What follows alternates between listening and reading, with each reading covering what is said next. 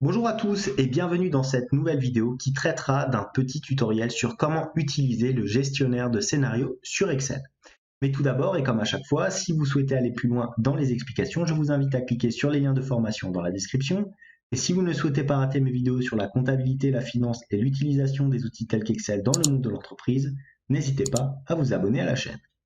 Comment fonctionne le gestionnaire de scénario disponible sur Excel? Je vous propose de voir tout d'abord un exemple relativement simple. Supposez que vous ayez un commerçant qui ait un prix d'achat de ces différents articles d'environ 10 euros. Voilà, comme ça. Alors, je vais mettre tout ça en euros. Voilà, et ça, je vais le mettre en pourcentage.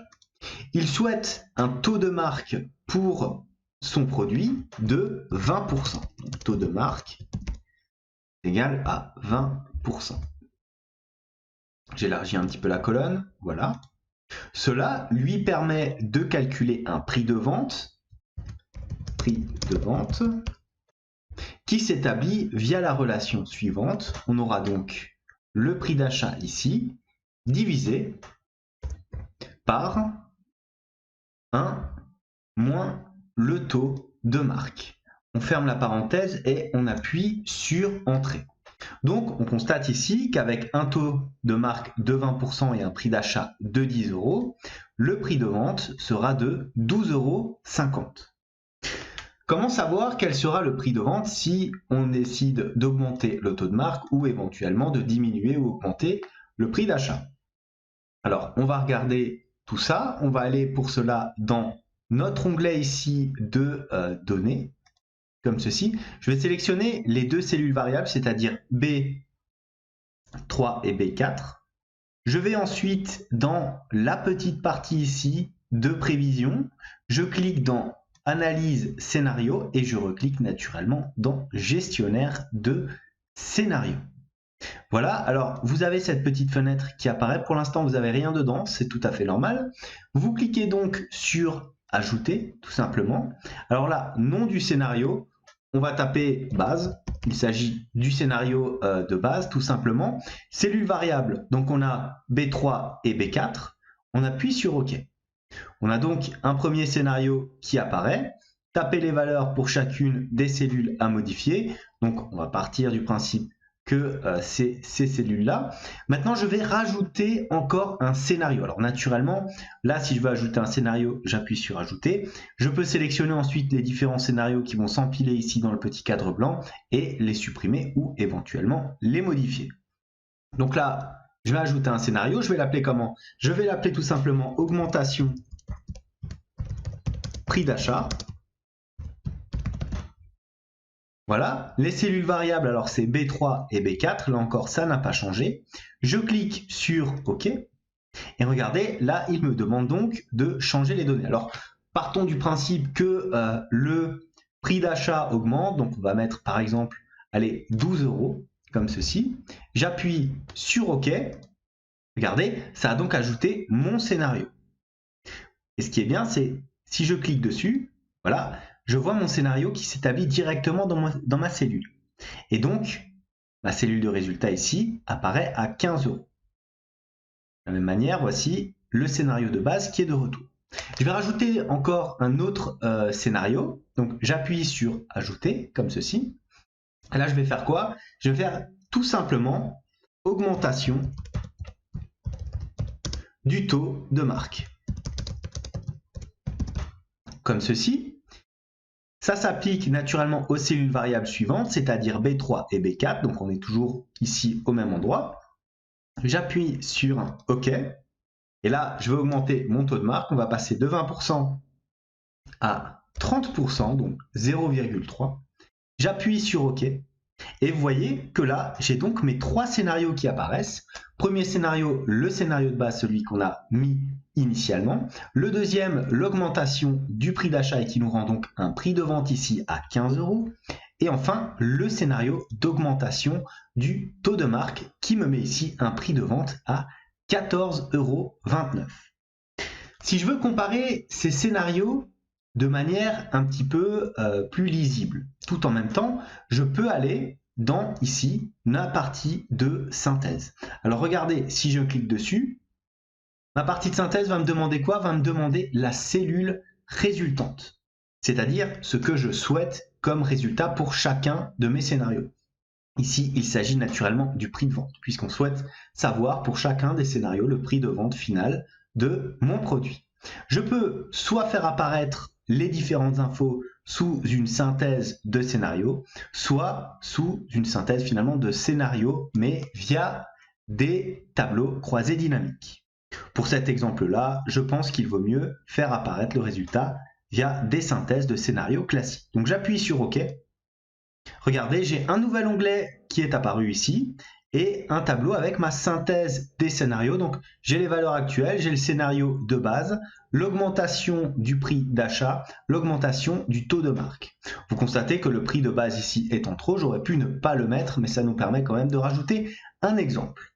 La valeur actuelle est donc correspondante au prix de base. J'ai les différentes résultantes qui, la valeur actuelle est égale à l'augmentation du taux de marque puisqu'il s'agit de cette valeur-là que j'avais dans mes cellules.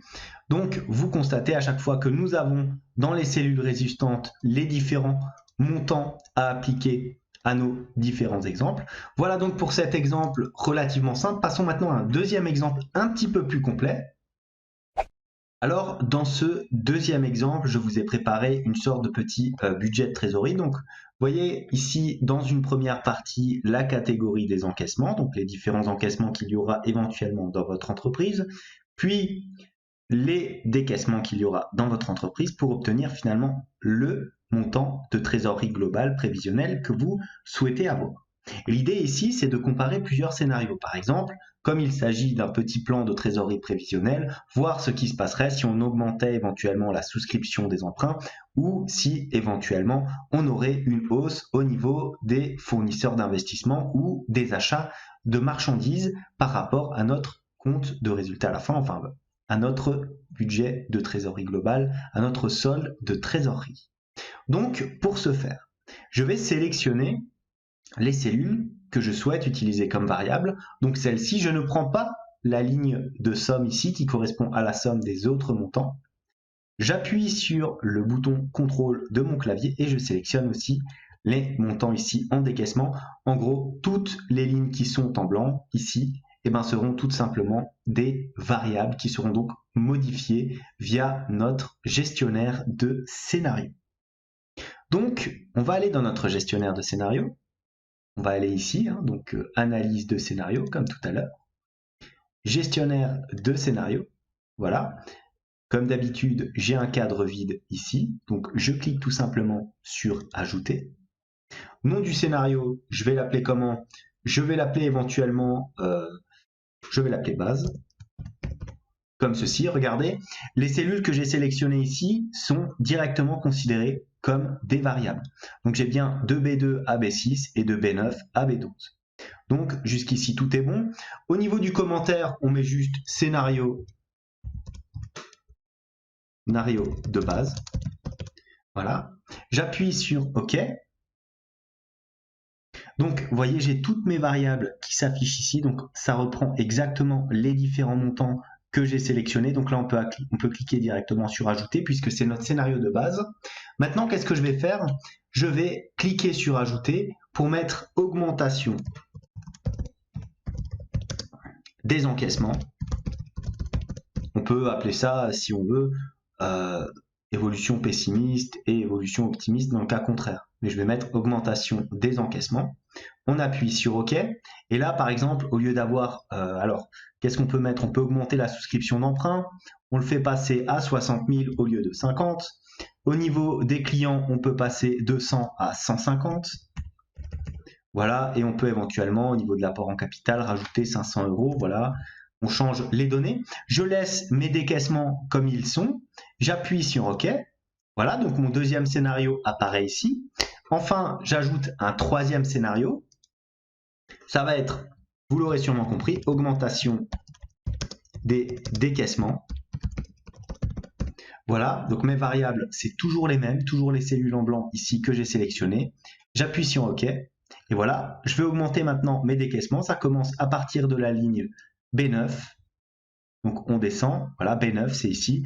Supposons qu'on ait allé plus d'investissement, on va passer sur du 50 000. Ensuite, on aurait peut-être plus au niveau des marchandises. Allez, on va passer à 95. Voilà. Et pour les frais généraux, on passe à 25. Voilà, comme ceci. J'appuie sur OK. Et voilà mon troisième scénario. Alors, ce qui est bien, regardez, c'est quand on clique dessus, on a direct le changement qui s'effectue ici et ici. Donc, on peut directement comparer les différents scénarios. On voit ici, si je change naturellement mes éléments de variable au niveau de l'augmentation des décaissements, je passe sur une trésorerie négative. Si j'augmente les encaissements par rapport au scénario de base, là, j'ai une trésorerie qui est très nettement positive. Et si je reste dans le cas normal, j'ai donc le montant initial. Comme tout à l'heure, si je souhaite avoir une vision, disons, plus chiffrée, plus panoramique, je vais naturellement dans synthèse ici, et je laisse ici synthèse des scénarios, c'est très bien. Cellule résultante, B14, puisqu'on souhaite analyser le résultat final finalement. Donc on appuie sur OK, et regardez, j'ai donc mes trois scénarios qui apparaissent ici, avec l'augmentation des décaissements, l'augmentation des encaissements et le scénario de base avec à chaque fois les différents résultats qui apparaissent dans mon gestionnaire de scénarios. Voilà donc pour cette petite vidéo sur cet outil relativement méconnu d'analyse de scénario, mais finalement pas mal utile si on souhaite comparer différentes données sur Excel. J'espère que cette vidéo vous a plu. Comme d'habitude, n'hésitez pas à la liker si tel est le cas. N'hésitez pas aussi à me mettre un commentaire, à vous abonner à la chaîne si ça n'est pas encore fait. En tout cas, moi je vous dis merci et à bientôt pour une nouvelle vidéo.